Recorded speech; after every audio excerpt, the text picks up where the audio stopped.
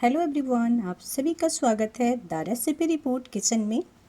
आज हम बनाने जा रहे हैं एक ऐसी दाल जिसका नाम सुनते ही पंजाबी ढाबे और रेस्टोरेंट का स्वाद याद आ जाता है। बिल्कुल क्रीमी मक्खन जैसी मुलायम और बहुत ही स्वादिष्ट पंजाबी स्टाइल दाल मखनी की रेसिपी मैं आपके साथ आज शेयर करूँगी। दाल मखनी की खासियत है इसका गाढ़ापन, भरपूर स्वाद और धीमी आंच पर पकने के बाद आने वाली शानदार खुशबू। आज मैं बताऊंगी इसे घर पर बनाने का एक ऐसा तरीका जिससे दाल बनेगी एकदम रिच और स्वादिष्ट। तो चलिए शुरू करते हैं आज की हमारी स्पेशल पंजाबी दाल मखनी। इसके लिए मैंने दाल लिया है, तो यहाँ पे मैंने उड़द की दाल लिया है छिलके वाली, और साथ में राजमा और चने की दाल। मेजरमेंट की बात करें तो मैंने यहाँ पे बड़े स्पून से 1.5 चम्मच लिया है काली उड़द की दाल, आधा चम्मच राजमा और आधा चम्मच चने की दाल। तीनों को मैंने एक बर्तन में शिफ्ट कर लिया मेज़रमेंट के बाद, और इसे 2 से 3 पानी अच्छे से वॉश कर लेंगे। और वॉश करने के बाद इसे हम पानी में भिगो के छोड़ देंगे। 5 से 6 घंटे के लिए भिगो के छोड़ देंगे। आप दाल मखनी जितनी क्वांटिटी में बना रहे हैं उसके अकॉर्डिंग यहाँ पे दाल की क्वांटिटी ले सकते हैं। मैं यहाँ पे 4 लोगों के लिए दाल मखनी बना रही हूँ, तो मैंने यहाँ पे बड़े साइज़ के स्पून से इसका माप किया है। यदि आपके पास स्पून नहीं है तो आप यहाँ पे कप की हेल्प से व कटोरी की हेल्प से भी इसे नाप सकते हैं। तो यहाँ पे दाल को भिगाने से पहले मैंने इसे 3 से 4 पानी अच्छे से वॉश कर लिया, जिससे कि इस पर लगा हुआ डस्ट अलग निकल जाए। और इसे मैंने 6 से 7 घंटे के लिए भिगो दिया। भिगोने के बाद इसके पानी को छान लेंगे और एक साफ पानी और अच्छे से धुल लेंगे। इसके बाद इसे हम कुकर में शिफ्ट करेंगे। दाल मखनी बनाने के लिए दाल को भिगोना बहुत ज़रूरी है, क्योंकि इससे दाल अच्छी तरह गलती है और पकने के बाद टेक्सचर बहुत ही क्रीमी आता है। अब भिंगी हुई दाल और राजमा को प्रेशर कुकर में डाल देंगे और इसमें डालेंगे थोड़ा सा नमक, ज़रूरत के अनुसार पानी डालेंगे। यहाँ पे मैंने जितनी दाल है उससे दुगना पानी डाला है। और हल्दी डालेंगे, नमक डालेंगे, साथ ही साथ मैंने यहाँ पे लाल मिर्च पाउडर डाले हैं। लाल मिर्च पाउडर यहाँ पे थोड़ा ही डालेंगे, बहुत ज़्यादा नहीं डालेंगे। हल्दी भी आधा छोटा चम्मच लाल मिर्च और थोड़ा सा नमक डाल देंगे। नमक भी यहाँ पे हम स्वाद अनुसार नहीं डालेंगे, क्योंकि हमें मसाले में भी नमक डालना है।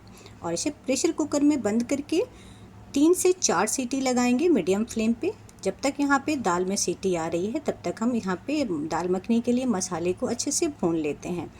तो यहाँ पे मैंने कढ़ाई को गरम किया, और जैसे ही कढ़ाई गरम हो जाता है इसमें मैंने डाला है 2 चम्मच कुकिंग ऑयल। आप जो भी कुकिंग ऑयल खाना पसंद करते हैं ले सकते हैं। और साथ ही मैंने यहाँ पे डाला है 10 ग्राम बटर यहाँ पे मैंने 10 ग्राम पहले डाला है और 10 ग्राम मैं बाद में डालूंगी। मतलब टोटली मैं यहाँ पे 20 ग्राम बटर का यूज़ कर रही हूँ। आप और भी रिच बनाना चाहते हैं तो बटर की क्वांटिटी को बढ़ा सकते हैं, वो कम कर सकते हैं। साथ ही साथ मैंने यहाँ पे 2 तेज़पत्ता डाला, 1 टुकड़ा दालचीनी का बड़े साइज़ का टुकड़ा है वो डाल दिया, आधा चम्मच जीरा, 2 छोटी इलायची और 1 बड़ी इलायची जिसको मैंने कूट करके डाला है, जिससे इसका फ्लेवर तेल के अंदर मसालों में अच्छे से आ जाए।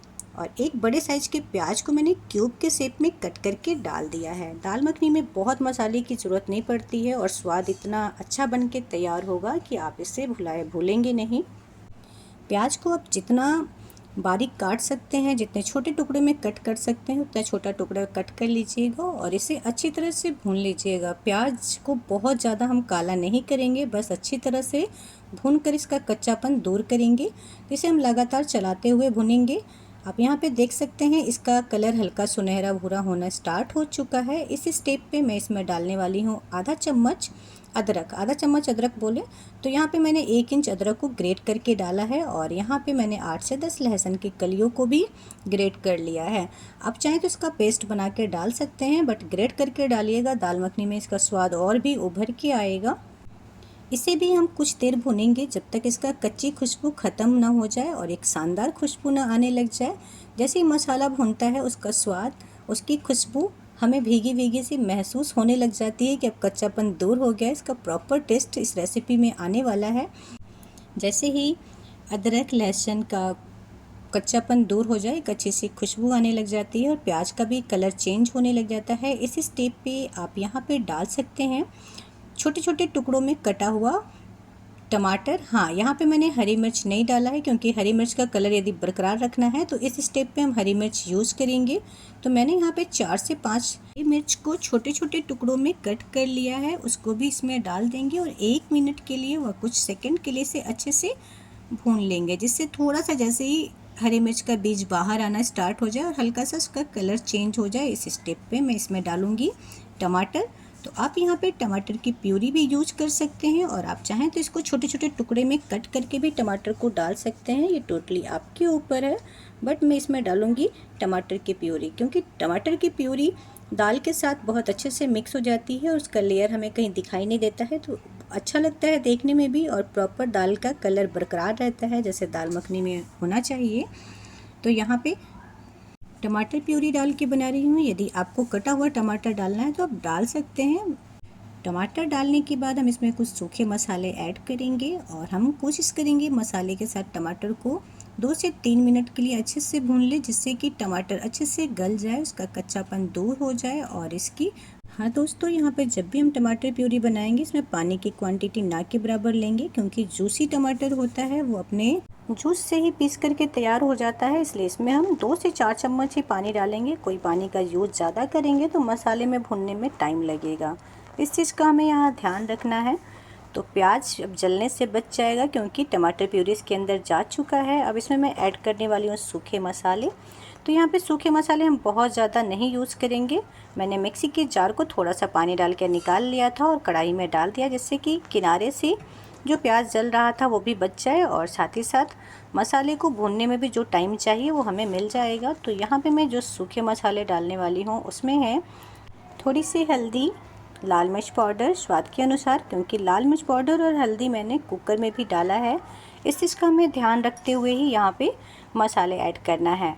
धनिया पाउडर वो भी थोड़ा सा डाला है और साथ ही साथ हम इसमें डालेंगे थोड़ा सा गरम मसाला। आप चाहें तो इस स्टेप पे भी गरम मसाला डाल सकते हैं, वो आप चाहें तो इसको लास्ट में भी डाल सकते हैं। तो मैंने यहाँ पे गरम मसाला को अभी स्किप किया है क्योंकि मैं लास्ट में डालूँगी और इसे अच्छे से भून लेंगे, जिससे कि टमाटर का कच्चापन दूर हो जाए और तल्ली से मसाला चिपके नहीं, इसलिए हम इसे बराबर से चलाते रहेंगे।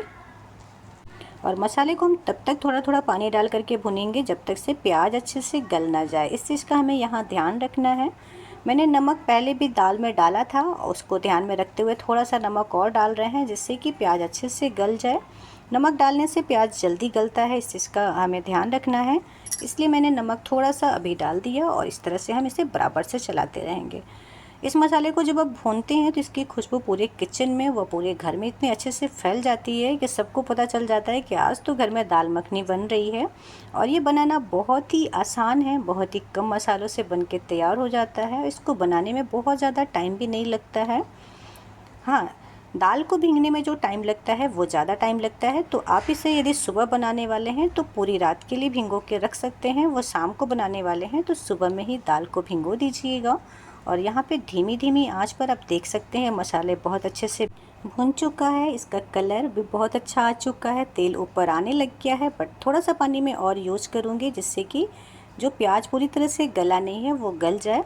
तो आप यहाँ पे देख सकते हैं मसाला जितनी अच्छी तरह से भुनेगा दाल मखनी का स्वाद उतना ही शानदार आएगा, इसलिए मसाले को भुनने में हम जल्दीबाजी नहीं करेंगे। मीडियम टू लो फ्लेम पे ही हम दाल मखनी को बना के तैयार करेंगे और मसाला को हम मीडियम फ्लेम पे भून रहे हैं। आप देख सकते हैं कितना प्यारा कलर आ चुका है, प्याज भी पेस्ट की तरह बन के तैयार हो चुका है, मसाले में अच्छी तरह से मिक्स हो चुका है और एक अच्छी सी खुशबू आ रही है। इस स्टेप पे हम दाल को डालेंगे तो दाल को पहले चेक करते हैं। यहाँ पे दाल में 4 सीटी आ चुका था, मैंने प्रेशर निकालने के लिए इसे अलग रख दिया था और यहाँ पे पूरी तरह से इसका प्रेशर निकल चुका है। तो मैं इस तरह से इसको मिक्स कर लूँगी लैडल की हेल्प से। आप चाहें तो इसको मैसर की हेल्प से भी मैश कर सकते हैं, बट यहाँ पे मैंने इस तरह से इसको मिक्स कर लिया। और मिक्स करने के बाद भुने हुए मसाले में दाल को शिफ्ट करेंगे, दाल को हल्का ही मैश करेंगे। ध्यान रखिएगा दाल को बिल्कुल पेस्ट नहीं बनाना है, थोड़ा सा दाल और राजमा का टेक्सचर रहने दें, तभी असली दाल मखनी वाला स्वाद आएगा। अब इसमें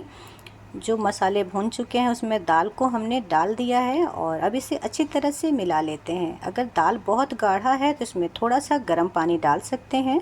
अब यहाँ पे आता है दाल मखनी बनाने का सबसे इम्पोर्टेंट हिस्सा। तो यहाँ पे हम दाल मखनी को धीमी आंच पर इस तरह से चलाते हुए पकाएंगे। धीमी आंच पर पकने से दाल के अंदर मसालों का स्वाद बहुत अच्छी तरह मिल जाता है और दाल का टेक्सचर एकदम रिच और क्रीमी आता है। तो क्रीमी स्वाद का राज यही होता है, इसको कम आंच पे पकने देना और बीच बीच में इस तरह से चलाते रहना। यहाँ पे आप देख सकते हैं मसाले पूरी तरह से मिक्स हो चुके हैं दाल के साथ, एक अच्छी सी खुशबू आ रही है। इस स्टेप पे हमने तवे पे हल्का सा कसूरी मेथी को रोस्ट कर लिया है और जैसे ही दाल में अच्छे से उबाल आने लग जाती है, इस स्टेप पे हम इसमें डालेंगे थोड़ा सा मक्खन। जैसा कि मैंने बताया था कि मैं 4 लोगों के लिए दाल मखनी बना रही हूँ, तो मैंने यहाँ पे 20 ग्राम बटर का यूज़ किया है। आप चाहें तो बटर को और भी क्वांटिटी में डाल सकते हैं।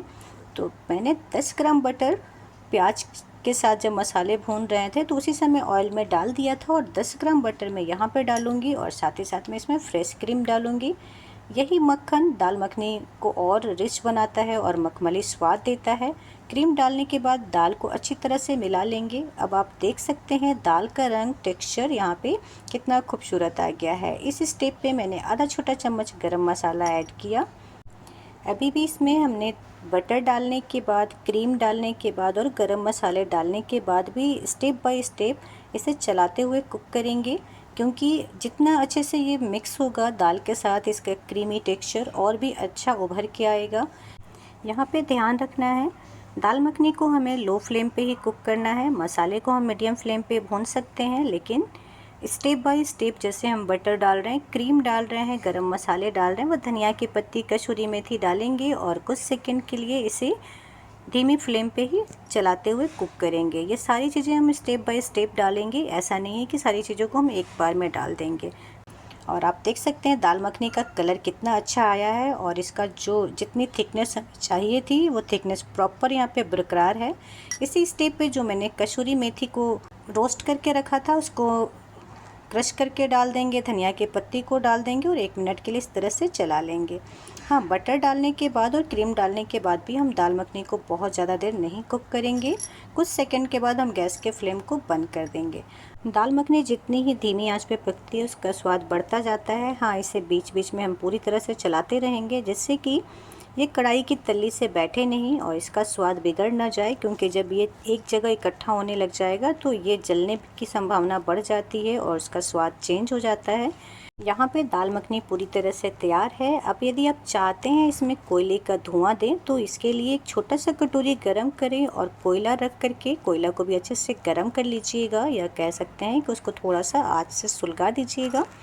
कटोरी के ऊपर कोयला रखिए और उसमें 2 से 4 बूंद घी डाल करके ढक दीजिए, जिससे कि उसका जो धुआं होगा पूरी तरह से दाल में आ जाएगा और ये आपकी दाल मखनी यहाँ पे बनके तैयार हो गई है। अब इसे आप चाहें तो गर्मा गर्म रोटी चावल के साथ सर्व कर सकते हैं और इसमें स्मोकी खुशबू भी आ जाती है। तो स्पेशली मेरे पास यहाँ पे कोयला नहीं अवेलेबल था, इसलिए मैंने स्मोकी तड़का नहीं लगाया है, लेकिन फिर भी हमारा दाल मखनी बहुत ही ज़्यादा शानदार बनके तैयार हुआ था।